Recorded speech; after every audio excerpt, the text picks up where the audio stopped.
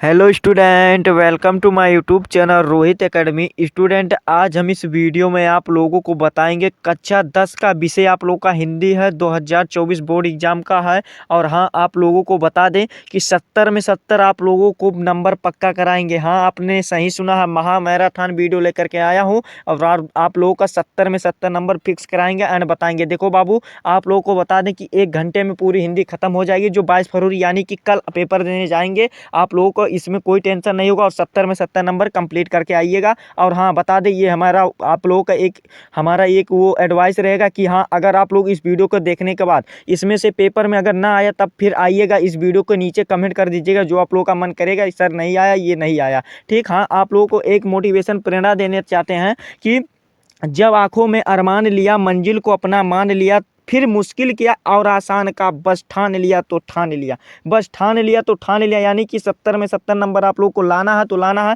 इस वीडियो को आप लोग अंत तक जरूर देखिएगा बाबू। और हाँ, आप लोग को जानकारी के लिए बता दूं, ये वीडियो पूरा 1 घंटे का वीडियो है, यानी कि 1 घंटे में पूरी हिंदी खत्म। और जो भी आप लोग का होगा हिंदी में, जितना भी पेपर जिस पैटर्न में आएगा सभी यहीं से आएगा। आप लोग का यही क्वेश्चन आप लोग को देखेगा। MCQ भी 20 नंबर कंप्लीट होगा और गद्यांश पद्यांश जो भी है, जीवन परिचय, निबंध और जितने भी कुछ भी है, संस्कृत के जितने भी सब कुछ है, सभी का आंसर इस वीडियो में बताएंगे। बस वीडियो का आप लोग धैर्य बना करके अंत तक बने रहिए। ऑप्शन देख लेते हैं क्या लिखा गया है। ए वाला हमारा जो ऑप्शन है कि आचार्य रामचंद्र शुक्ल एक प्रख्यात नाटककार हैं, तो ये वाला हमारा ऑप्शन गलत है। ठीक, और फिर क्या है, रामविलास शर्मा उपन्यासकार के रूप में प्रसिद्ध, ये भी गलत है।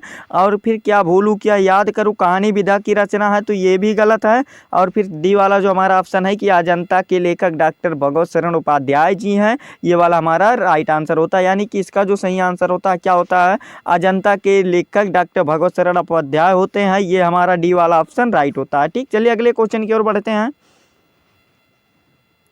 और देखिए, जो हमारा दूसरा क्वेश्चन पूछा है कि क्या लिखूं किस विधा की रचना है, यानी कि क्या लिखूं किस विधा की रचना है, तो ये जो है निबंध विधा की रचना है, यानी कि ए वाला हमारा राइट आंसर होता है। ठीक, फिर अगला क्वेश्चन तीसरा क्या पूछा गया है, गुनाहों के देवता उपन्यास के लेखक हैं, यानी कि ये क्या है, गुनाहों का देवता, देखिए किस विधा की रचना है, तो ये उपन्यास है। और इसके लेखक कौन है, तो धर्मवीर भारती हैं, यानी कि ए वाला हमारा राइट ऑप्शन होता है। और इस प्रकार से हमारा 3 क्वेश्चन यहाँ पर कंप्लीट होते हैं। ये ऐसे इंपॉर्टेंट क्वेश्चन बताएंगे कि बोर्ड एग्जाम में आप लोगों को रूबरू जरूर होंगे ये क्वेश्चन, यानी कि देखने को जरूर मिलेंगे। ठीक, तो जो गुनाहों के देवता उपन्यास के लेखक कौन है, धर्मवीर भारती हैं। वेरी इंपॉर्टेंट क्वेश्चन ये भी है, जितने भी बताएंगे सभी इंपॉर्टेंट, सभी प्री बोर्ड में भी देखने को मिलेगा। हाँ, बता दें, जो आप लोग जनवरी में पेपर देंगे, यानी कि आप लोग जो जनवरी में पेपर देंगे उसमें प्री बोर्ड में भी ये क्वेश्चन देखने को मिलेगा, ये गारंटी लेते हैं। ठीक, चलिए अगला क्वेश्चन की ओर बढ़ते हैं। और फिर हमारा जो तीसरा क्वेश्चन पूछा गया है क्या, कि चिंतामणि निबंध विधा संग्रह है, यानी कि ये जो निबंध विधा संग्रह है किसकी संग्रह है, तो ये आचार्य रामचंद्र शुक्ल जी की है, यानी कि ए वाला हमारा सही ऑप्शन हो जाएगा। फिर अगला क्वेश्चन देखिए, पांचवा जो पूछा गया है क्या, कि गबन उपन्यास है, यानी कि गबन किसकी उपन्यास है, तो वो मुंशी प्रेमचंद जी की उपन्यास है, यानी कि हमारा ए वाला ऑप्शन राइट हो जाएगा। ठीक, इस प्रकार से 5 हमारे क्वेश्चन होते हैं कंप्लीट। ये 5 इंपॉर्टेंट जो नंबर थे आप लोगों का भी कंप्लीट करा दिया। और चलिए अगले क्वेश्चन की ओर बढ़ते हैं। और जो छठा क्वेश्चन पूछा है कि आकाशदीप और ममता कीर्त है, यानी कि ये कीर्त किसकी है, तो ये जो कीर्त है जयशंकर प्रसाद जी की है, ये हमारा ए वाला हमारा राइट ऑप्शन हो जाएगा। ठीक, और फिर चलिए अगला क्वेश्चन देख लेते हैं। अगला क्वेश्चन देखिए क्या कहा गया है, 7वां क्वेश्चन कहा गया है कि कलम का सिपाही की रचना है, यानी किस रचना, देखिए क्या, कलम का सिपाही की रचना किसने की है, तो इसकी जो रचना की है किसने की है हमें ये बताना है। तो इसकी रचना जो किए हैं कौन, अमृत राय जी की किए हैं, यानी कि बी वाला हमारा राइट आंसर हो जाएगा। 7वें का जो सही आंसर होगा वो अमृत राय हो जाएंगे, कलम और सिपाही की रचना। ठीक, फिर अगला क्वेश्चन देखिए क्या पूछा गया, मुंशी प्रेमचंद द्वारा संपादित यानी कि लिखी गई पत्रिकाएं हैं, यानी कि उनकी द्वारा लिखी गई कौन कौन सी पत्रिकाएं हैं, तो इसका जो सही आंसर हो जाएगा मर्यादा और हंस है, हमारा ए वाला ऑप्शन राइट हो जाएगा। ठीक, फिर चलिए अगला क्वेश्चन देख लेते हैं। अगला क्वेश्चन हमारा जो 9वां कहा है क्या, कि छायावादी युग के प्रमुख लेखक हैं, तो छायावादी युग के प्रमुख लेखक कौन है, तो वो डॉक्टर राम कुमार वर्मा जी हैं, यानी कि सी वाला हमारा राइट ऑप्शन हो जाएगा। ठीक, ये हमारा छायावादी युग के प्रमुख लेखक इसमें कौन है? तो डॉक्टर राम कुमार वर्मा जी हैं। अब अगला क्वेश्चन जो है कि गुलाब राय द्वारा रचित आत्मकथा कौन सी है? तो गुलाब राय द्वारा जो रचित आत्मकथा है वो मेरी असफलताएं हैं, यानी कि सी वाला हमारा ऑप्शन राइट हो जाएगा। ठीक, फिर अगला क्वेश्चन देखिए क्या पूछा गया है कि अजात शत्रु किस विधा की रचना है, यानी कि जो अजात शत्रु है वो किस विधा की रचना हमें बताना है। तो जो अजात शत्रु हो वो नाटक विधा की रचना है, यानी कि सी वाला हमारा राइट आंसर हो जाएगा। ठीक, नाटक विधा की रचना अजात शत्रु। और फिर 12वां क्वेश्चन जो पूछा गया है कि तितली उपन्यास है, यानी कि तितली उपन्यास किसकी है? तो वो जो है जनशंकर प्रसाद जी की है। ये हमारा सी ए वाला हमारा सही आंसर हो जाएगा। ठीक, फिर अगला क्वेश्चन देखिए क्या पूछा गया है। क्या 13वां जो क्वेश्चन पूछा गया हिंदी साहित्यिक में शुक्ल युग की समय सीमा है, यानी कि शुक्ल युग की सीमा जो मानी जाती है 1919 से ईस्वी से लेकर के 1938 ईस्वी तक मानी जाती है, यानी कि बी वाला हमारा सही आंसर हो जाएगा। ठीक, इस प्रकार से हमारा ये वाला भी कंप्लीट होता है। जो चौथा क्वेश्चन पूछा है कि मेरी अपनी आत्मकथा किस विधा की रचना है? तो मेरी आत्मकथा देखिए यहाँ पर आत्मकथा हो गया, तो ये जाहिर सी बात है जो आत्मकथा वो यानी कि आत्मकथा विधा की रचना हो जाएगा, यानी कि सी वाला हमारा सही आंसर हो जाएगा। ठीक, फिर अगला क्वेश्चन देखिए 15वां क्या कह रहा है कि संस्कृत के 4 अध्याय के लेखक हैं। ये भी क्वेश्चन बहुत पूछा जाता है पेपर में। संस्कृत के 4 अध्याय के लेखक डॉक्टर रामधारी सिंह दिनकर जी हैं, यानी कि हमारा सी वाला ऑप्शन राइट हो जाएगा। जो संस्कृत के 4 अध्याय हैं उसके जो लेखक हैं डॉक्टर रामधारी सिंह दिनकर हैं, यानी कि हमारा सी वाला ऑप्शन सही हो जाएगा। और फिर 16वां क्वेश्चन जो पूछा गया है कि ठूठा आम किसकी रचना है? तो ठूठा आम जो है वो किसकी रचना है हमें ये बताना है। तो ठूठा आम भगवत शरण उपाध्याय जी की रचना है, यानी कि ए वाला हमारा सही आंसर हो जाएगा। ठीक, फिर अगला क्वेश्चन चलिए देख लेते हैं। जो 17वां क्वेश्चन कहा गया है कि पानी में चंदा और चांद पर आदमी के लेखक हैं। तो उसके लेखक वेरी इंपॉर्टेंट ये क्वेश्चन है, देखिए बी ये वेरी मोस्ट इंपॉर्टेंट है, आप लोग इसको भी ध्यान से देखिएगा। और यानी कि 20 नंबर एमसीक्यू में भी पूरा करवाएंगे आप लोगों का, और 70 में 70 नंबर तो ये गारंटी लेते हैं। इस वीडियो को देखने के बाद कोई नहीं रोक सकता है अगर आप लोग अच्छे देखते हैं समझते हैं। ठीक, तो पानी में चंदा और चांद पर आदमी के लेखक जयप्रकाश भारती जी हैं, यानी कि ए वाला हमारा सही आंसर हो जाएगा। ठीक, फिर अगला क्वेश्चन 18वां जो कहा है कि बर्फ की गुड़िया के रचनाकार हैं, यानी कि बर्फ की गुड़िया के रचनाकार कौन है? तो इसके जो सही आंसर हो जाएंगे ये भी जयप्रकाश भारती जी हैं, यानी कि बी वाला हमारा सही आंसर हो जाएगा 18वां का। ठीक, फिर चलिए अगला क्वेश्चन देख लेते हैं। अगला क्वेश्चन जो 19 वाला कहा है क्या कि नील का निर्माण किसकी रचना है, यानी कि नील का निर्माण किसकी रचना है हमें ये बताना है बस, और कुछ नहीं इसमें बताना है। तो वो हरिवंश राय बच्चन जी की है, यानी कि हमारा ए वाला ऑप्शन राइट हो जाएगा। नील का निर्माण किसकी रचना? तो हरिवंश राय बच्चन जी की है, ए वाला हमारा सही आंसर हो जाएगा। ठीक, 20 वाला जो क्वेश्चन पूछा है कि ठूठा आम किस विधा की रचना है? तो ठूठा आम किस विधा की रचना हमें ये बताना है। तो इसका जो सही आंसर हो जाएगा ये जो है उपन्यास विधा की रचना है, यानी कि बी वाला हमारा सही आंसर हो जाएगा। ठीक, ठूठा आम किस विधा की रचना है? तो ये उपन्यास विधा की रचना है। ठीक, फिर चलिए अगला क्वेश्चन देख लेते हैं। अगला क्वेश्चन जो हमारा कहा है क्या 21 वाला कहा है कि भूले बिसरे चित्र के रचनाकार हैं, यानी कि इसके चित्र के रचनाकार कौन है? भूले बिसरे चित्र के रचनाकार जो हैं भगवती चरण वर्मा जी हैं, यानी कि ए वाला हमारा सही आंसर हो जाएगा भगवती चरण वर्मा जी। ठीक, फिर हमारा 22 वाला क्वेश्चन पूछा है कि ठलुआ क्लब निबंध के रचनाकार हैं, यानी कि ठलुआ क्लब निबंध के रचनाकार कौन हैं ये हमें बताना है। तो 22 का जो सही आंसर हो जाएगा गुलाब राय, बाबू गुलाब राय, यानी कि ए वाला हमारा सही आंसर हो जाएगा। फिर अगला क्वेश्चन चलिए देख लेते हैं। और जो अगला क्वेश्चन हमारा 23 वाला कहा कि एकांकी सम्राट कहा जाता है। तो एकांकी सम्राट किसे कहा जाता है? तो डॉक्टर राम कुमार वर्मा जी को कहा जाता है, यानी कि ए वाला हमारा सही आंसर हो जाएगा। फिर अगला क्वेश्चन पूछा गया है 24 वाला कि निम्नलिखित कथनों में से कोई एक कथन सही है उसे पहचान कर लिखिए। तो उसे पहचान कर हमें लिखना है। तो इसका जो सही आंसर हो जाएगा गुनाहों के देवता उपन्यास के लेकर डॉक्टर धर्मवीर भारती हैं, यानी कि हमारा बी वाला सही आंसर हो जाएगा। फिर चलिए अगला क्वेश्चन देख लेते हैं। और जो हमारा अगला क्वेश्चन है 25 वाला कि उसने कहा था किस विधा की रचना है? तो ये जो है कहानी विधा की रचना है, यानी कि सी वाला हमारा सही आंसर हो जाएगा। उसने कहा था किस विधा की रचना है? तो ये तो कहानी विधा की रचना है। ठीक, फिर अगला क्वेश्चन देखिए क्या पूछा गया कि हास्य रस का स्थायी भाव होता क्या है? यानी कि देखिए हास्य रस का स्थायी भाव, हास्य का मतलब होता है हंसी, तो इसीलिए हो जाएगा हास्य रस का स्थायी भाव हास्य हो जाएगा। और देखिए करुण रस की बात की जाती तो यहाँ पर देखिए 1 नंबर और बता दे रहे हैं आप लोग को। करुण रस का जो अस्थाई भाव होता है क्या होता है, करुण रस का अस्थाई भाव शोक होता है। यानी कि हमारा ये वाला बी वाला ऑप्शन कर देंगे। अगर अकॉर्डिंग टू आप लोग पेपर में करुण रस की इसकी जगह पे रख देगा तो शोक पर लगा दीजिएगा, नहीं तो यही अगर क्वेश्चन आएगा तो हास पर लगा दीजिएगा। ठीक, ये हमारे यहाँ पर होते हैं 2 नंबर कंप्लीट। ठीक, चलिए अगले क्वेश्चन की ओर बढ़ते हैं। जो हमारा 27 क्वेश्चन पूछा है क्या है, चलिए देख लेते हैं।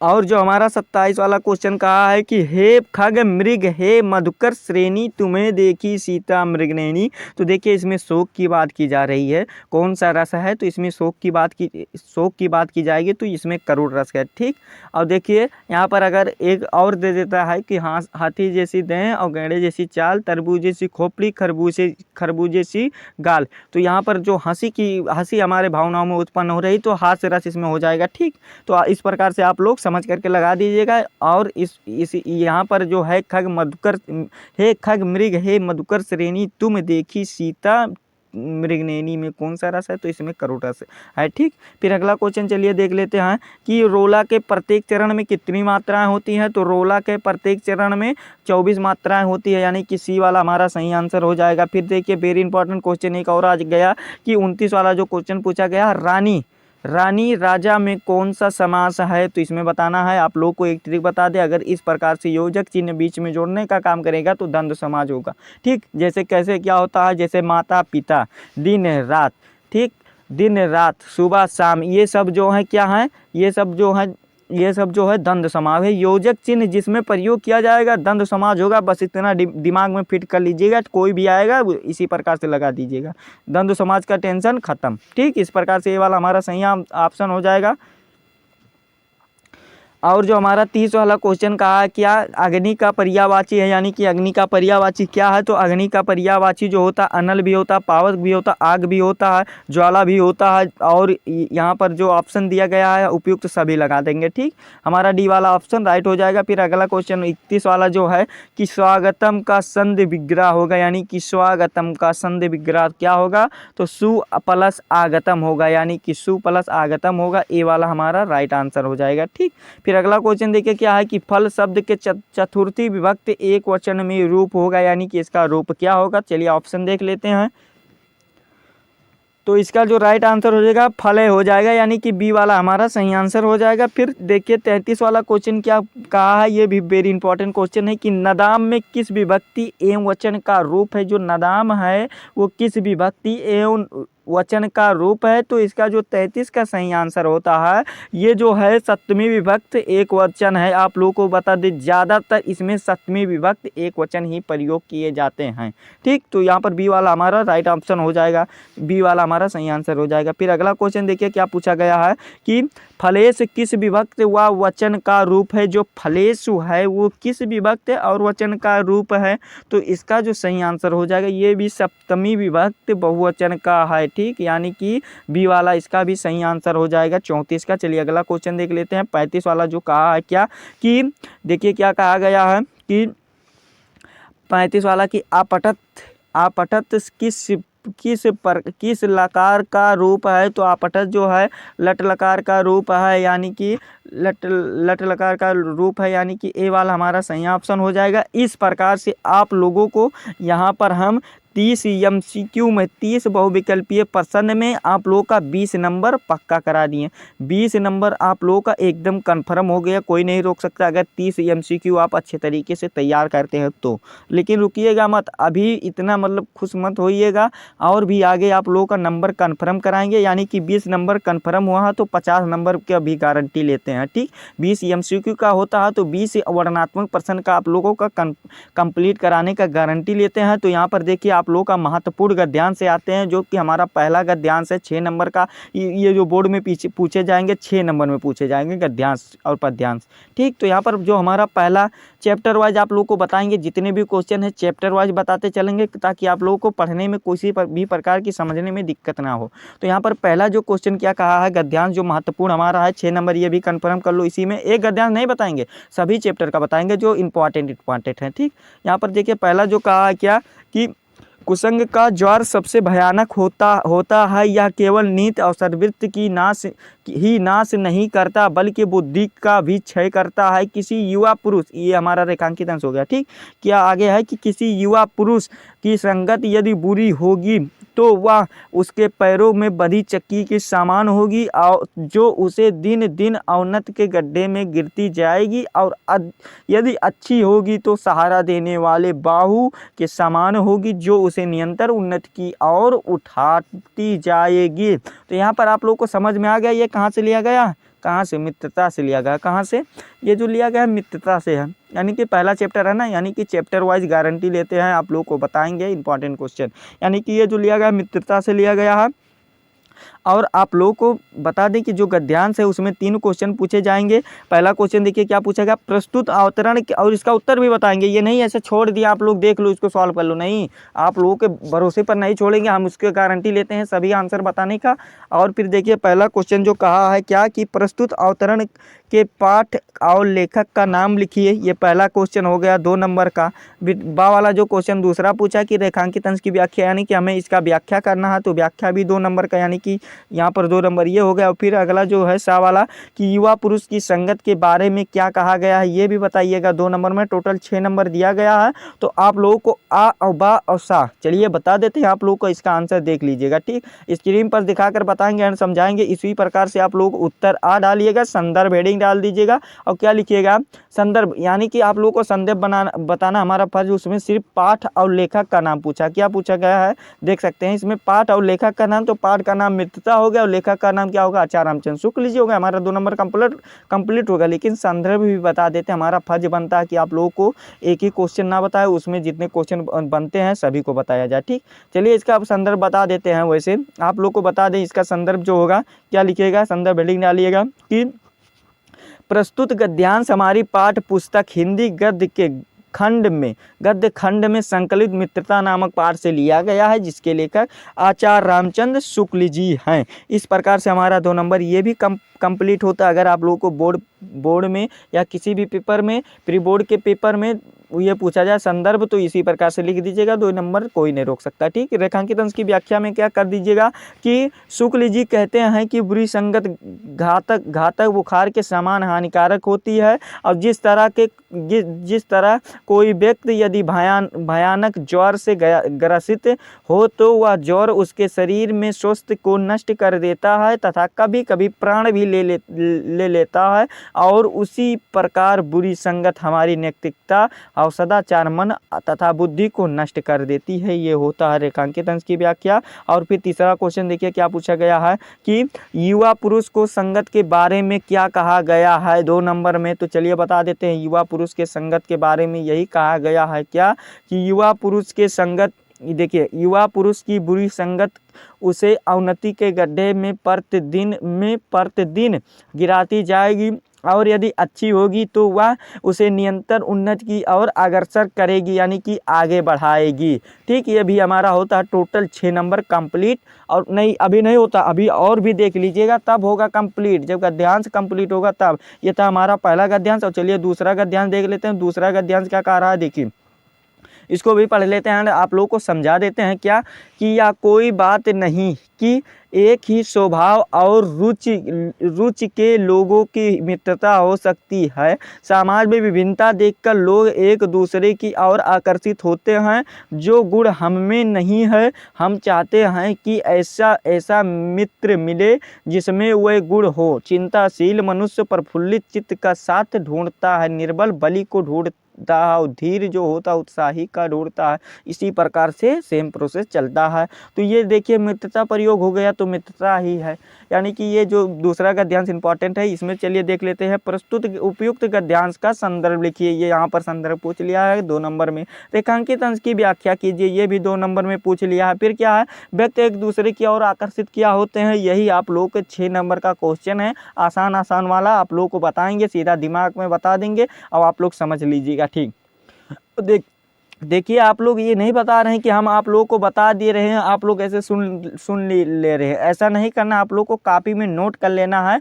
आप लोगों को रफ में या कॉपी में किसी में भी चीज़ों में ये याद लिख लेना है और इसको याद कर लेना है। चाहे आप आंसर ही लिखे, आप लोग को गद्यांश में वो रहेगा, टिक भी लगा लीजिएगा अपने किताब से या विद्या से, ठीक।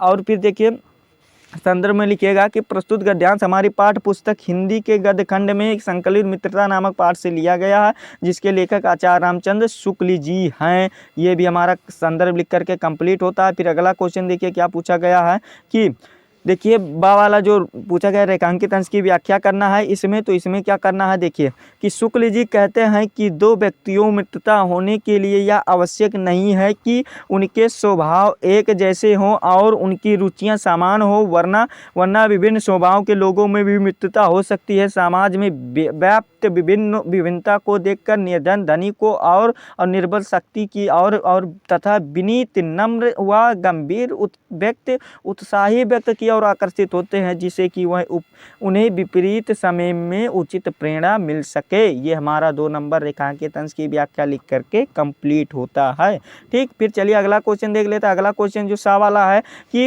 विभिन्नता, देखिए इसमें सा वाला मतलब इसमें सा वाला क्वेश्चन में क्या पूछा गया पहले समझ लीजिएगा तभी बताएंगे, ठीक। कोई जल्दीबाजी नहीं है। देखिए व्यक्ति एक दूसरे की और क्या देखकर आकर्षित होते हैं, यानी कि तो इसका आंसर क्या लिखिएगा कि विभिन्नता को देखकर व्यक्ति एक दूसरे की ओर आकर्षित होते हैं। या आशय यह है कि व्यक्ति को जो गुण नहीं होते हैं उन्हें जब वह दूसरे व्यक्ति में देखता है तो उसकी ओर आकर्षित होता है, जैसे चंद्रगुप्त और विद्वान मंत्री चाणक्य की ओर तथा अकबर मनोरंजन के लिए बीरबल की ओर। अगर इस प्रकार से लिखते हैं तो 2 नंबर कोई नहीं रोक सकता है। टोटल ये भी 6 नंबर कंप्लीट होता है आप लोगों का दूसरे गद्यांश में। चलिए बढ़ते हैं कौन से गद्यांश में, तीसरे गद्यांश में, जो कि दूसरे चैप्टर से है। पहले ही बता दे रहे हैं दूसरे चैप्टर का ये गद्यांश है। देखिए क्या है, ये ममता वाले चैप्टर से कहती हैं गद्यांश कैसा है आप लोगों का। इस ऐसे किताब में भी होगा, कहीं हम बाहर से नहीं लाए हैं, किताब में ढूंढ करके लाए हैं। ये बोर्ड कॉपी में इतनी बार आए हैं कि हर एक स्टूडेंट जितने भी क्वेश्चन बताते हैं रट लेते हैं, ठीक। देखिए क्या है, हे भगवान तब के लिए विपद के लिए इतना आयोजन, परम पिता की इच्छा विरोध इतना साथ, पिताजी क्या भीख ना मिलेगी, क्या कोई हिंदू भूपृष्ठ पर ना बचा रह जाएगा जो ब्राह्मण को 2 मुट्ठी अन्न दे सके, या असंभव है, फेर दीजिए पिताजी मैं कांप रही हूँ, इसकी चमक आंखों को अंधा बना रही है। ये यहाँ पर देखिए ये कौन सी बात हो रही है, ये ममता की बात हो रही है। उपयुक्त गद्यांश का संदर्भ लिखिए, ये हमारा प्रश्न पूछा गया है। तो और भी अगला क्वेश्चन क्या पूछा गया है कि रेखांकित अंश की व्याख्या कीजिए। सेम प्रोसेस है आप लोगों का। ये टोटल हो गए 4 नंबर यहाँ से। और साथ में जो पूछा गया क्या कि अपने पिता को कौन सा कृत्य ममता को परमपिता की इच्छा के विरोध लगा, ये बताना है। और फिर इसी में दूसरा क्वेश्चन क्या पूछ लिया गया है कि गद्यांश में किस कार्य को ईश्वर की इच्छा के विरोध लगा, ये सा का दूसरा क्वेश्चन है। तो चलिए आप लोग को सर्वप्रथम संदर्भ पूछा, संदर्भ बताते हैं कि प्रस्तुत गद्यांश हमारी पाठ्य पुस्तक हिंदी के गद्यखंड में संकलित, यहाँ पर देखिए यहाँ पर मित्रता टाइपिंग हो गया, तो यहाँ पर ममता नामक पाठ से लिया गया। आप लोग समझदार हैं, समझ लीजिएगा। ममता जिसके लेखक कौन है, आचार्य रामचंद्र शुक्ल जी नहीं, जयशंकर प्रसाद जी हैं। कौन है, जयशंकर प्रसाद जी हैं, ठीक। ये हमारा होता है ये वाला कंप्लीट 2 नंबर। चलिए अगला क्वेश्चन की ओर बढ़ते हैं। अगला क्वेश्चन देखिए क्या पूछा गया है कि यहाँ पर ममता है चैप्टर का नाम, और जयशंकर प्रसाद वो लेखक का नाम है, ठीक। फिर यहाँ पर देखिए आप लोग को इस जो गद्यांश है इसमें देखिए दो रेखांकित अंश की व्याख्या की गई है, यानी कि 2 रेखांत 2 लाइनें खींची गई है छोड़कर। तो यहाँ पर 2 रेखांकित अंश की व्याख्या करना है। तो देखिए पहले में लिखिएगा प्रथम रेखांकित अंश की व्याख्या, इसमें क्या लिख दीजिएगा कि लेखक जयशंकर प्रसाद का कहना है कि जब ममता ने सोने के आभूषणों से भरा हुआ थाल देखा तब वह हतप्रत हो गई, और वह अर्थात प्रकट करती हुई अपने पिता से कहती है कि आप विपत्ति के लिए इतना धन का संग्रह क्यों कर रहे हैं, यानी कि इकट्ठा क्यों कर रहे हैं। संग्रह का मतलब क्या होता है, इकट्ठा होता है, ठीक। भगवान की इच्छा के विरोध अपने या बहुत दुस्साहस किया है, यानी कि बहुत गलत काम किया है। ये होता है हमारा प्रथम रेखांकित अंश की व्याख्या और द्वितीय रेखांकित अंश की व्याख्या, यानी कि हमें क्या करना है, ये वाला करना है। क्या, यहाँ से लेकर के फेर दीजिए, मैं काँप रही उसकी आंखों को चमक बना रही है, ये वाला करना है। तो चलिए इसको भी बता देते हैं। ये प्रथम हो गया कंप्लीट। जो द्वितीय था, देखिए कि द्वितीय रेखांकित अंश की व्याख्या, थाल में रखे हुए स्वर्ण के सिक्के जो कि ममता ने शेरशाह सूरी से उत्कोच यानी कि घूस के रूप में स्वीकार किए थे। इनके पिताजी, ममता के पिता ने शेरशाह सूरी से उत्कोच यानी कि घूस के दलाली के रूप में स्वीकार किए थे। उनकी चमक ममता की आंखों को अंधा बना रही थी और ममता का मानना था कि विधर्मियों से लिया गया घूस का धन विपत्ति का साधक होता है, यानी कि विपत्ति का कारण होता है। यही हमारा द्वितीय रेखांकित अंश की व्याख्या होता है। ये भी हमारा नंबर होता है कंप्लीट। फिर अगला क्वेश्चन देखिए क्या पूछा गया है कि यहाँ पर सा का जो पहला क्वेश्चन पूछा गया, देखिए ये क्वेश्चन क्या है आप लोग समझ लीजिए। पहले क्वेश्चन को भी बता दे रहे हैं। देखिए कि अपने पिता का कौन सा कृत्य ममता को परमपिता की इच्छा के विरोध लगा। तो यहाँ पर देखिए, और फिर दूसरा रेखांक किस कार के ईश्वर के विरोध लगा, यानी कि दोनों विरोध की बात कर रहा है। तो यहाँ पर आंसर भी देख लेते हैं उसका। देखिए, अपने पिता के द्वारा शेरशाह सूरी से उत्कोच यानी कि घूस के रूप में लिया गया स्वर्ण के सिक्के ममता को परमपिता की इच्छा के विरोध लगा, ये वाला कंप्लीट होता है। और प्रस्तुत गद्यांश में ममता के पिता द्वारा विधर्मी शेरशाह सूरी से घूस लेने के कार्य को ममता ने भगवान की इच्छा के विरोध बताया है, ये भी हमारा कंप्लीट होता है। फिर अगला क्वेश्चन क्या है कि देखिए चौथा गद्यांश जो है कि अश्वारोही पास आया, ममता ने रुक रुक कर कहा, मैं नहीं जानती कि वह शहंशाह था या साधारण मुगल, पर एक दिन इसी झोपड़ी के नीचे वह रहा। मैंने सुना था कि वह मेरा घर बनवाने की आज्ञा दे चुका था। मैं आजीवन अपनी झोपड़ी के खोदने के डर से भयभीत रही। भगवान ने सुन लिया और मैं आज इसी को छोड़ने जाती हूँ। तुम इसका मकान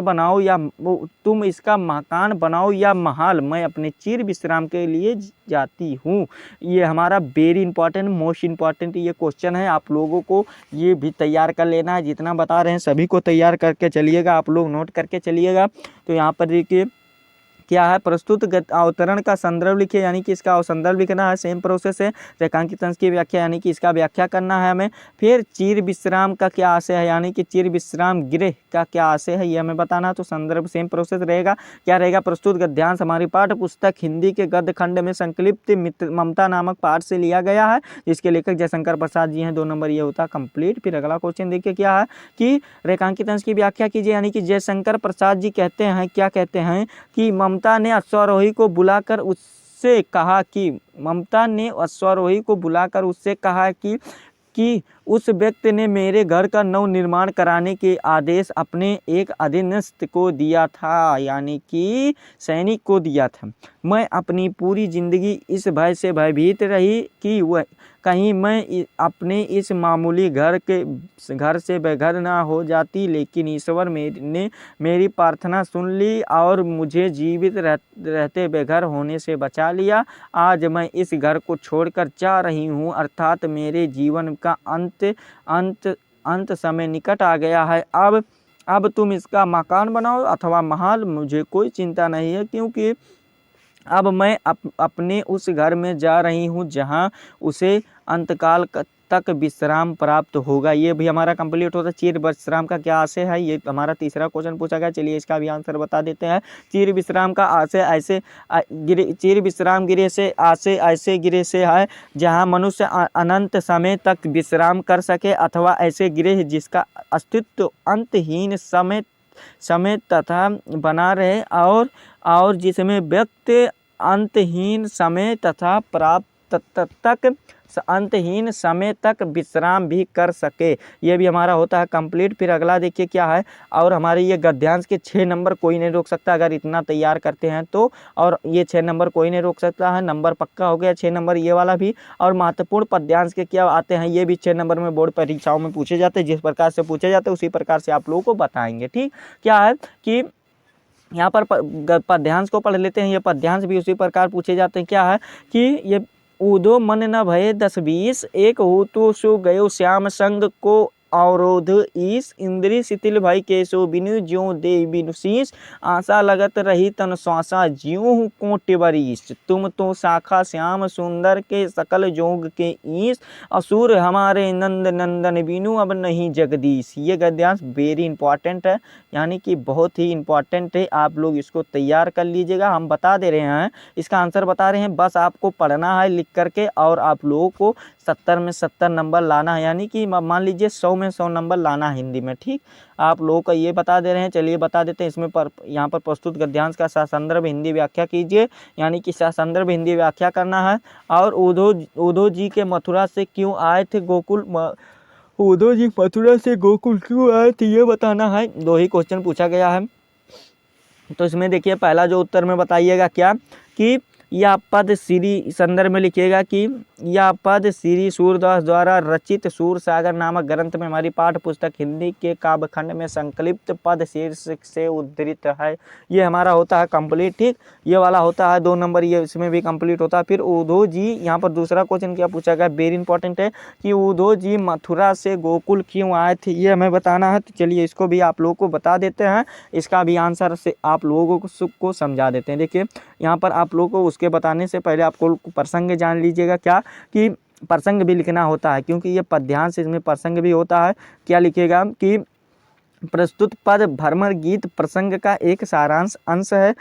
ये हमारा प्रसंग हो गया कंप्लीट। फिर इसका आंसर लिख दीजिएगा क्या, क्यों चले आए तो श्री कृष्ण मथुरा चले जाने पर गोपियाँ अद्याधिक व्याकुल थी, और उद्धव जी गोपियों को योग का संदेश देने मथुरा से गोकुल आए, और गोपियाँ योग के शिक्षण ग्रहण करने में अपने को असमर्थ बताती हैं और अपनी मनोव्यथा को उद्धव को समक्ष व्यक्त करती हैं, तो व्यक्त कर देती हैं। यही आपका आंसर है। चलिए अगला गद्यांश की ओर बढ़ते हैं, इसका व्याख्या भी कर लेना है। यहाँ पर क्वेश्चन एक और पूछा गया है, 3 क्वेश्चन रहते हैं ना, तो यहाँ पर देखिए तीसरा क्वेश्चन की रेखांकित अंश की व्याख्या करना है, इस पद्यांश का व्याख्या करना, तो व्याख्या भी जान लीजिएगा, आप लोग को समझा दे रहे हैं। व्याख्या देखिए, गोपियाँ उद्धव से कहती हैं कि हे उद्धव, हमारे मन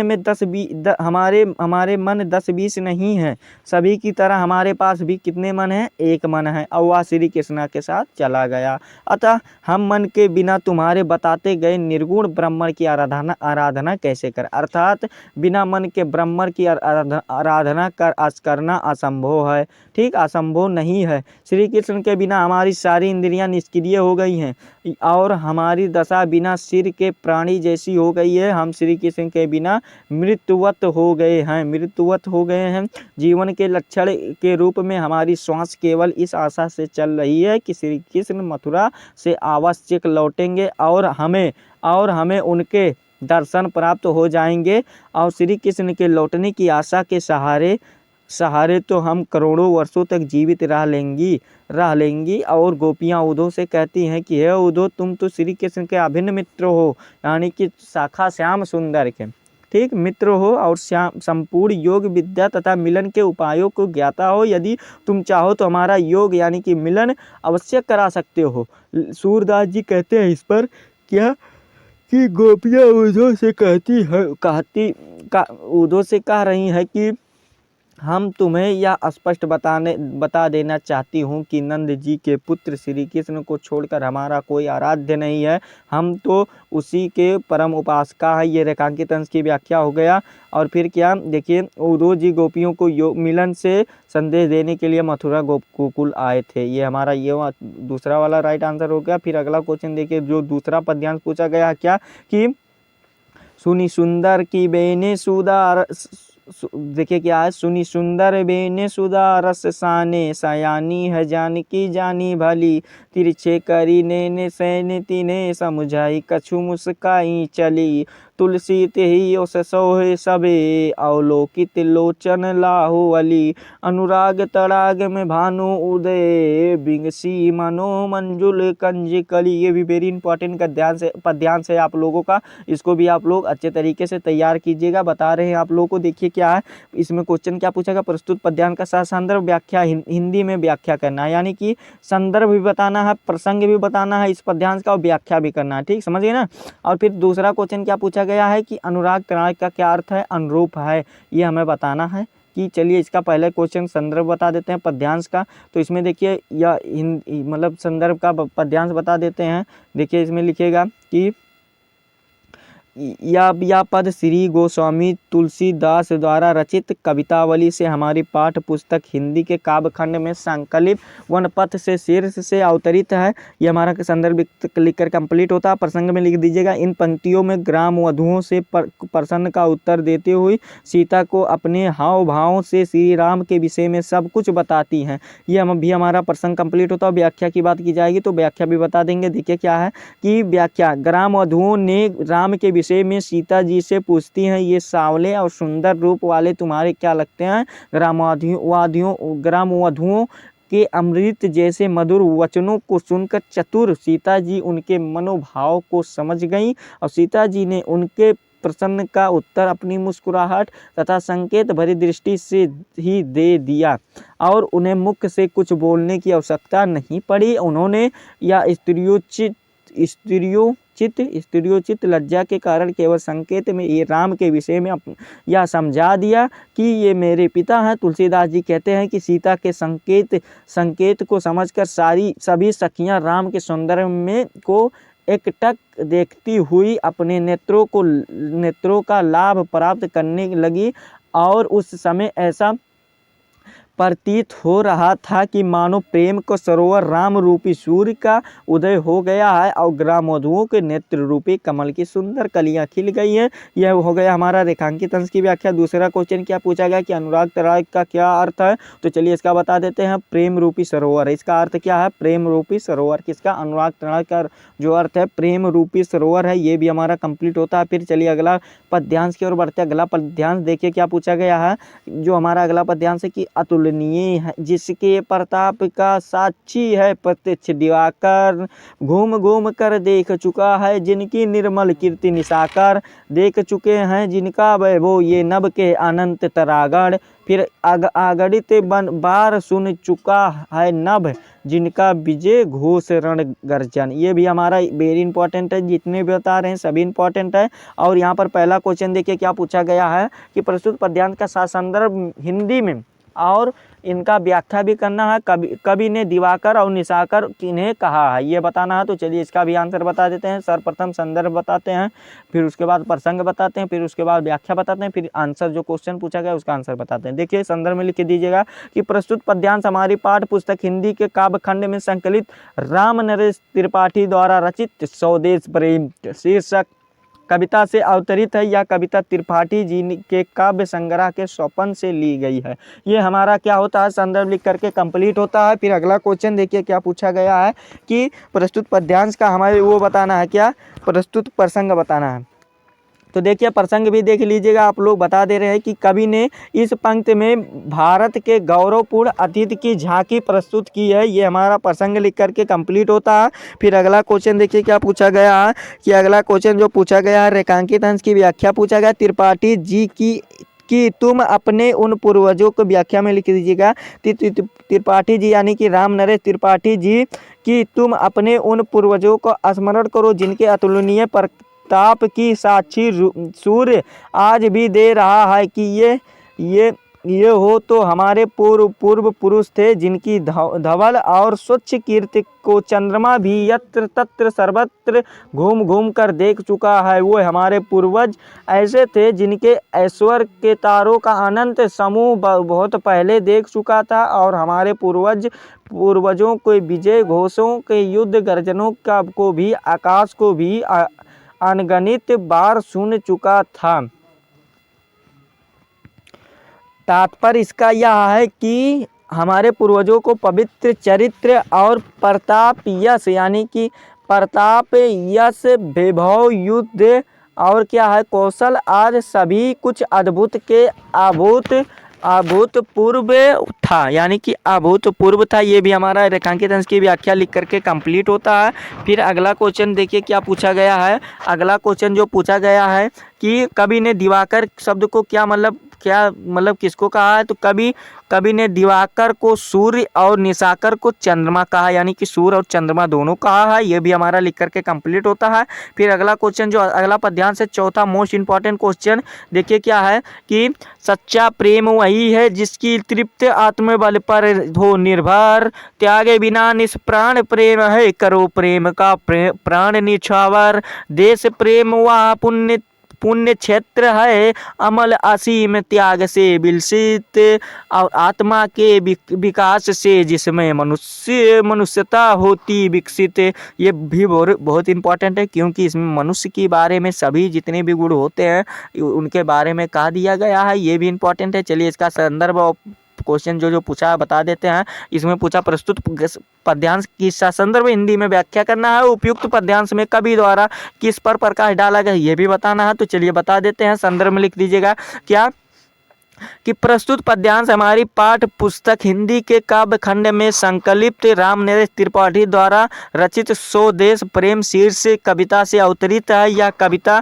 त्रिपाठी जी के काव्य संग्रह स्वप्न से ली गई है। ये भी कंप्लीट होता है। फिर प्रसंग में लिख दीजिएगा कवि ने त्याग और बलिदान को ही सच्चे प्रेम देश प्रेम के लिए आवश्यक माना है। यह प्रसंग हो गया हमारा। और फिर जो व्याख्या में क्या लिख दीजिएगा कि कवि कहता है, यानी कि डॉक्टर रामनरेश त्रिपाठी जी कहते हैं क्या कि सच्चा प्रेम वही है जिसमें आत्मा त्याग की भावना होती है, अर्थात आत्म त्याग पर ही सच्चा प्रेम निर्भर होता है। सच्चे प्रेम के लिए यदि हमें अपने प्राणों को निछावर करना पड़े तो पीछे नहीं हटना चाहिए। बिना त्याग के प्रेम प्राणहीन या मृत है, और त्याग से ही प्रेम को प्राणों का संचार होता है। अतः सच्चे प्रेम के लिए प्राणों का बलिदान करने के को भी सदैव प्रस्तुत रहना चाहिए। देश प्रेम वह पवित्र भावना है जो निर्बल और सीमा रहित त्याग से सुशोभित होती है। देश प्रेम की भावनाओं से ही मनुष्य की आत्मा विकसित होती है,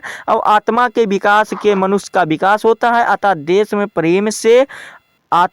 प्रेम से आत्मा का विकास और आत्मा के विकास का मनुष्य का विकास करना चाहिए। ये रेखांकित अंश की व्याख्या वेरी इंपॉर्टेंट क्वेश्चन का आप लोगों को रेखांकित अंश की व्याख्या बता करके कर दिए कंप्लीट। और अगला क्या पूछा गया है, यह भी हमारा पद्यांश में भी 6 नंबर होता है कंप्लीट। 6 12 नंबर इधर कंप्लीट होगा, 20 उधर, यानी कि 20 और 12 कितना हो गया 32 नंबर यहाँ तक आप लोगों को जहाँ तक वीडियो में पहुँचे हैं 32 नंबर आप लोगों का कंप्लीट करा दिया है, और आगे भी कराएंगे। देखिए क्या है आगे जो हमारा है कि देखिए कि यहाँ पर जो संस्कृत का गद्यांश है ये भी 5 नंबर में आप लोगों को पेपर में पूछा जाएगा, यानी कि कितने नंबर में पूछा जाएगा 5 नंबर में पूछा जाएगा। ठीक, 5 नंबर में क्या पूछा जाएगा ये जो इम्पोर्टेंट है। पहला देखिए क्या है संस्कृत का पद्यांश कि यम नगरी विविध मरणम संडलम अस्तली महात्मा बुद्धम तीर्थम पार्श्वनाथम शंकराचार्यम और कबीरा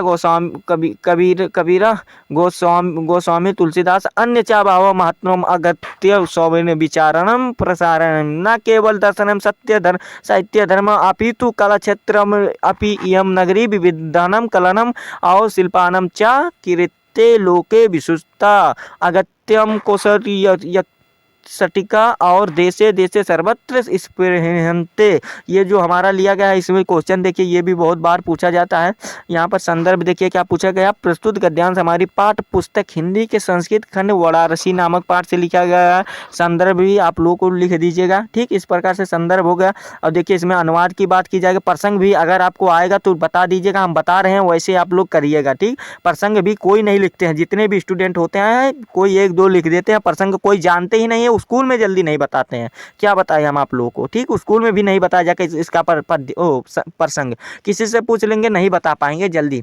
देखिए क्या है प्रसंग में लिख दीजिएगा, इस गद्यांश में वाराणसी की ऐतिहासिक तथा स्थिति के विषय में बताया गया। ठीक, ये प्रसंग हो गया। फिर अनुवाद में लिख दीजिएगा क्या कि यह नगरी विविध धर्मों का मिलन का स्थान रही है। महात्मा बुद्ध तीर्थ कर और परशुनाथ शंकराचार्य और कबीरदास गोस्वामी और दूसरे बहुत से महात्माओं ने यहाँ आकर अपने विचारों को फैलाया, अर्थात अपने विचारों को प्रसार किया। केवल दर्शन साहित्यिक और धर्म में ही नहीं अपितु कला के क्षेत्र में भी यह नगरी विविध कलाओं को शिल्पों के लिए संसार में प्रसिद्ध है। यहाँ की रेशमी साड़ियाँ देश विदेश में सभी जगह पसंद की जाती है। हैं कौन सी साड़ियाँ, बनारसी साड़ियाँ, यानी कि वाराणसी है तो बनारसी साड़ियाँ कहते हैं उसे। तो ये भी हमारा कंप्लीट होता है, यानी कि 5 नंबर इसमें भी आप लोगों का कंप्लीट कराएंगे, वादा है ये वाला भी। और जो दूसरा हमारा गद्यांश पूछा गया है क्या, कि ऐसा करण बीरणम संस्कृतम और कुर्वहनम करण बीरम, और फिर क्या है देखिए ये वाला जो है हमारा, ये भी आप लोग को स्क्रीन पर दिखा दिए हैं, उपासिका भारतीय संस्कृत उपासिका का। इसका चलिए आप लोग को संदर्भ बता देते हैं और वो बता देते हैं डायरेक्ट।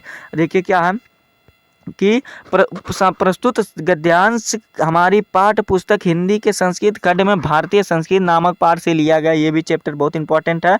और फिर देखिए क्या है कि प्रसंग में लिख दीजिएगा, प्रस्तुत गद्यांश में हमारी संस्कृत के कर्मवीरों की, यानी कि कर्मवीरों को बताया गया है। ये भी हमारा कंप्लीट हो। अनुवाद में लिखिएगा क्या, कि यह कर्म संलग्न रहने वालों कर्मवीरों की संस्कृत है, यानी कि संस्कृत है, यहाँ कर्म रहते हुए 100 वर्ष तक जीने की इच्छा करनी चाहिए, और यही इसकी घोषणा है, यानी कि अनाउंसमेंट आया, पहले कर्म बाद में फल। यह हमारी संस्कृति का नियम है, यानी कि किसकी, भारतीय संस्कृति का नियम है। ठीक।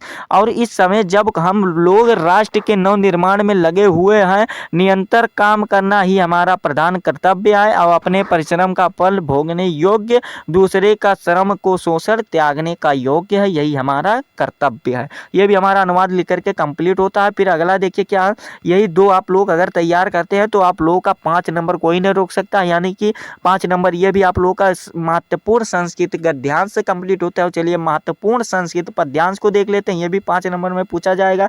देखिए क्या है, किशोर गुरुत्तम भूमि, यानी कि ये वाला है पहला जो पद्यांश है, 5 अंक में ये वाला भी पूछा जाएगा। ये वाला चलिए बता देते हैं आप लोगों को। देखिए पहला वाला संदर्भ इसमें लिख दीजिएगा क्या, कि प्रस्तुत श्लोक हमारी पाठ्य पुस्तक हिंदी के संस्कृत खंड के जीवन सूत्राणी पाठ से उद्धृत है या लिया गया है, जीवन सूत्राणी से। और प्रसंग में लिख दीजिएगा क्या, कि इस श्लोक में यक्ष के प्रश्नों को और युधिष्ठिर के उत्तरों के माध्यम से माता पिता इत्यादि के महत्व को दर्शाया गया है। ये हो गया प्रसंग हमारा। और फिर क्या है अगला, कि अनुवाद कर देना इसका हिंदी। देखिए अनुवाद कर दिया, यक्ष युधिष्ठिर ने से पूछता है, भूमि से महान क्या है, आकाश से ऊंचा कौन है, वायु से अधिक शीघ्रगामी क्या है, तिनके से अधिक दुर्बल छिड़, यानी कि दुर्बल छिड़ को बनाने वाली क्या है। युधिष्ठिर उत्तर देता है, पृथ्वी से अधिक भारी माता है, पृथ्वी से अधिक भारी माता है। ये हमारा कंप्लीट हो गया है, अनुवाद भी इतना ही था। और अगला चलिए देख लेते हैं अगला पद्यांश क्या है। अगला पद्यांश जो है, मानव जीवनस्य संस्करणम संस्कृत अस्माकम पूर्वजा मानव जीवनस्य, यानी कि ये वाला भी बहुत इंपॉर्टेंट है। चलिए इसका संदर्भ को बता देते हैं। प्रस्तुत गद्यांश हमारी पाठ्य पुस्तक हिंदी के संस्कृत खंड के भारतीय संस्कृत नामक पाठ से उद्धृत है, यानी कि ये भी भारतीय संस्कृत वाला चैप्टर बहुत इंपॉर्टेंट है।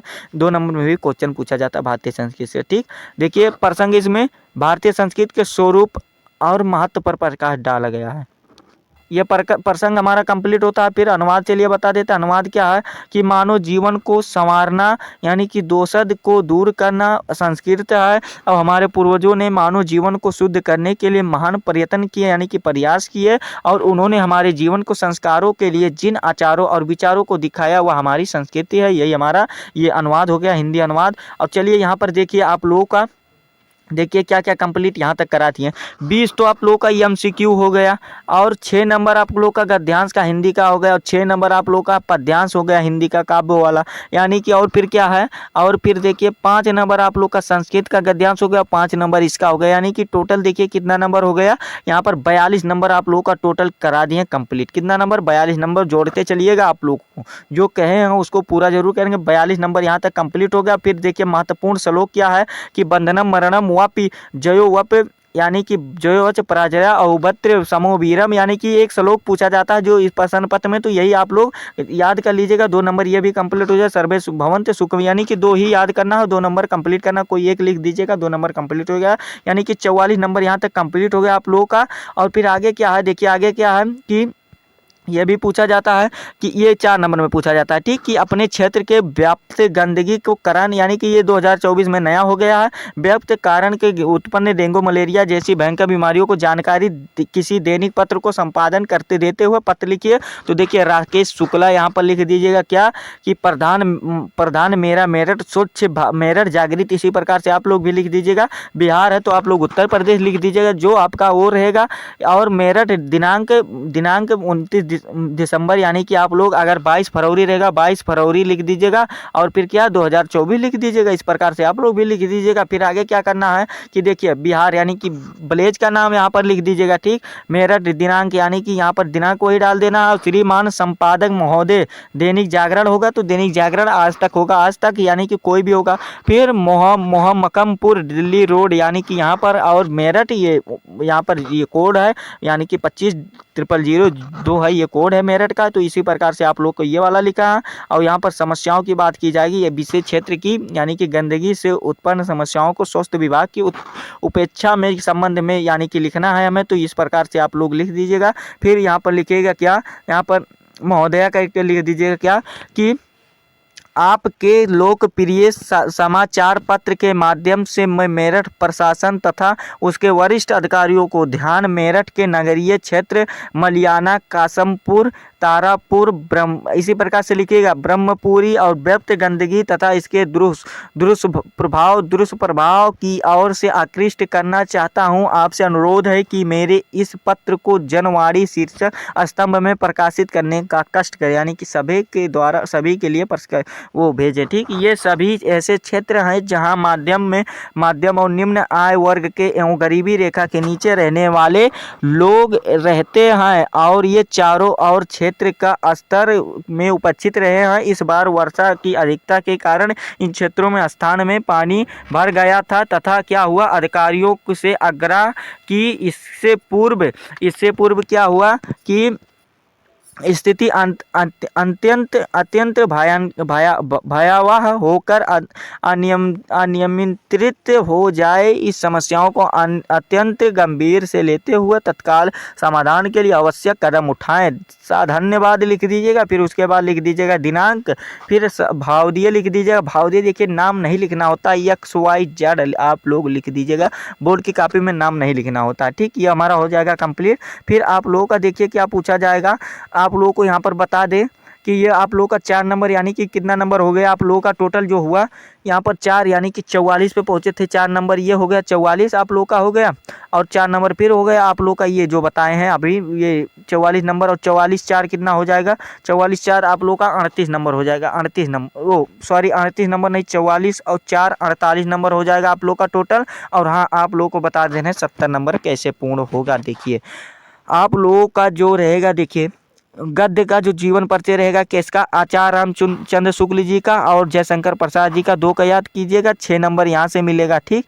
6 नंबर यहाँ से मिल जाएगा कन्फर्म। 5 नंबर यहाँ से 5 नंबर हो जाएगा आप लोग का 8 5 13, यानी कि कितना हो जाएगा 53 नंबर हो जाएगा। और फिर पद्य का भी हो जाएगा, यानी कि आप लोगों का 10 नंबर जीवन परिचय में पद्य में जो आप लोग याद कीजिएगा, किसका याद कीजिएगा, ये तो नॉर्मल बात है, आप लोग को बता दे रहे हैं। वो सूरदास जी का और तुलसीदास जी का 2 का इनका याद कर लीजिएगा पद्य में। टोटल आपको 10 नंबर यहाँ से मिलेगा। और 48 और 10 कितना हो जाएगा, 58 नंबर हो जाएगा, यानी कि 58 नंबर हो जाएगा यहाँ से। और फिर खंड काव्य भी हो जाएगा आप लोगों का लगभग 3 उन नंबर होम में हो जाएगा, यानी कि 60 नंबर यहाँ से हो जाएगा, ठीक। 60 नंबर हो जाएगा। फिर उसके बाद आप लोग चंद्रशेखर जो चैप्टर है, आप लोग से क्वेश्चन पूछा जाता है चंद्रशेखर का आसित, इसी प्रकार से आप लोग पूछा जाता है, तो वो चैप्टर भी आप लोग तैयार कर लीजिए। चंद्रशेखर एक इस प्रकार से इसका उत्तर लिख दीजिएगा कि चंद्रशेखर एक देशभक्त आसित। फिर इस प्रकार से पूछा जाता है कि वाराणसी किम केंद्रम स्थलम, तो वाराणसी संस्कृत भाषा का क्या केंद्रम स्थलम, इस प्रकार से 4 नंबर इसमें भी पूछा जाता है। यानी कि कितना नंबर ये हो गया, यानी कि आप लोग 58, यानी कि 62 नंबर टोटल हो गया। कितना नंबर, 62 नंबर यहाँ पर हो गया पूर्ण। और फिर क्या है, और भी आगे भी बता दे रहे हैं कौन सा और भी करना है।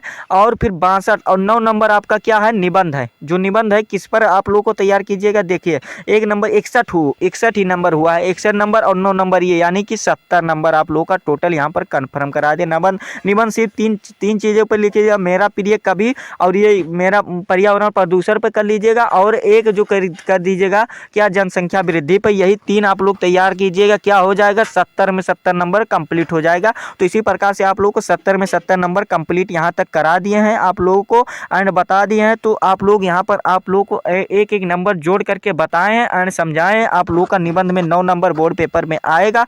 तो आप लोग को टोटल कैलकुलेट यानी कि आप लोग को गणना करके समझा दिए हैं और बता दिए हैं। ठीक, आप लोग अगर इसी प्रकार से तैयारी करते हैं, जो बताए हैं उतना अगर फॉलो करते हैं, तो आप लोग को 70 में 70 नंबर कोई नहीं रोक सकता है।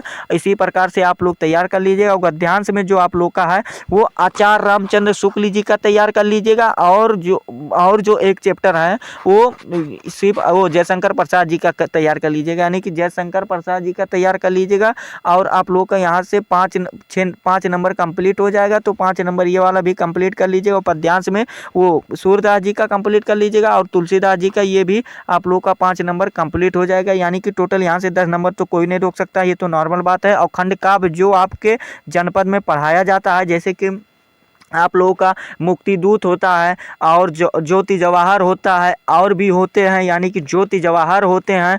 और यानी कि इसमें ज़्यादा से ज़्यादा आप लोग को चरित्र चित्रण याद कर लेंगे तो 3-4 नंबर आप लोग का कोई नहीं रोक सकता। 3 नंबर में वैसे पूछा जाता है तो 3-4 नंबर कोई नहीं रोक सकता है रोकने से। तो खंड काव्य आप लोग को जनपद में जो पढ़ाया जाता है उसी को तैयार कर लीजिएगा। ये हम नहीं बताए हैं, यानी कि आप लोगों को ये तो बताने वाली बात ही नहीं है, नॉर्मल चीज़ें हैं। और निबंध की बात की जाए तो निबंध आप लोग 3 चीज़ों पर तैयार कर लीजिएगा। यही आप लोगों से गुजारिश है कि आप लोग 3 चीज़ों पर कीजिएगा। पर्यावरण प्रदूषण पर याद कर लीजिएगा। ये 9 नंबर जो बता रहे हैं ना कोई नहीं रोक सकता। जितना 70 में 70 नंबर बताए हैं ना, जितना अगर आप लोग इतना कर लेते हैं ना तो आप लोग को कोई नहीं रोक सकता। ठीक, जीवन परिचय उनके रचनाओं को याद कर लीजिएगा। ठीक, और फिर मुक्ति दूत वाला यानी कि जो खंड काव्य है ये ज़्यादा से ज़्यादा आप लोग चरित्र चित्रण याद कर लीजिएगा। इसको घोल करके पी लीजिएगा। ठीक, और समझ लीजिएगा एंड याद कर लीजिएगा। ठीक, तो ये वाला हो जाएगा हमारा खंड काव्य वाला। और फिर क्या है निबंध वाला, 3 चीज़ों 3 सिर्फ निबंध याद कर लीजिएगा अच्छे तरीके से। कौन कौन सा देखिए, पर्यावरण प्रदूषण पे याद कर लीजिएगा, यानी कि इसका प्रस्तावना अच्छे तरीके से याद करना है। ऐसा नहीं कि थोड़ा बहुत बना कर लिख दे, नहीं, अच्छे तरीके से याद कर लीजिएगा। अगर आपको जो उसमें फालतू दे दिया जाएगा तो उसको बना कर लिखिएगा, तब भी 9 नंबर का होता है। ये पर्यावरण प्रदूषण पे एक कर लीजिएगा। और जो दूसरा कीजिएगा किस पर कीजिएगा जानते हैं, जो दूसरा जो कीजिएगा ये क्या नाम है वो जनसंख्या वृद्धि पर कर लीजिएगा। और फिर जो तीसरा है क्या है, ये 2023 में हाल ही में पूछा गया था, मेरा प्रिय कवि पे लिखो, यानी कि मेरा प्रिय कवि, यानी कि आप लोग इसको वाला भी तैयार कर लीजिएगा। यही आप लोगों से गुजारिश है। और जो बताते हैं कोरोना वायरस पे आएगा, कोरोना वायरस पे नहीं आएगा। अगर आएगा ना तो अथवा करके देखिए 4-5 दिए जाते हैं ऑप्शन में, किसी एक पर लिखना होता है। कोई इस पर नंबर कोई नहीं काटता है, गारंटी लेते हैं, खुद पर आजमाया हुआ ये बात है कि निबंध उबंध पर नंबर कोई नहीं काटते ना, जीवन पर्चे पर कोई नहीं नंबर काटते। अगर आप लोग नाम जीवन पर्चे में सही लिखे हो और सन और स्थान का नाम अगर अच्छे तरीके से लिख लिए हैं तो आप लोगों का नंबर कोई नहीं काटता है। ये खुद पर आजमाया हुआ बात है। ठीक, तो यही आपका था। तो आप लोग इसको अच्छे तरीके से तैयार कर लीजिएगा। हाँ, आप लोगों को बता दें कि ये आप लोगों को स्कूल में भी नहीं बताए होंगे कि ये आप लोगों से स्कूल में पूछा जाएगा। ठीक, यानी कि क्या पूछा जाएगा, आप लोगों का क्वेश्चन इसी प्रकार से रहेगा।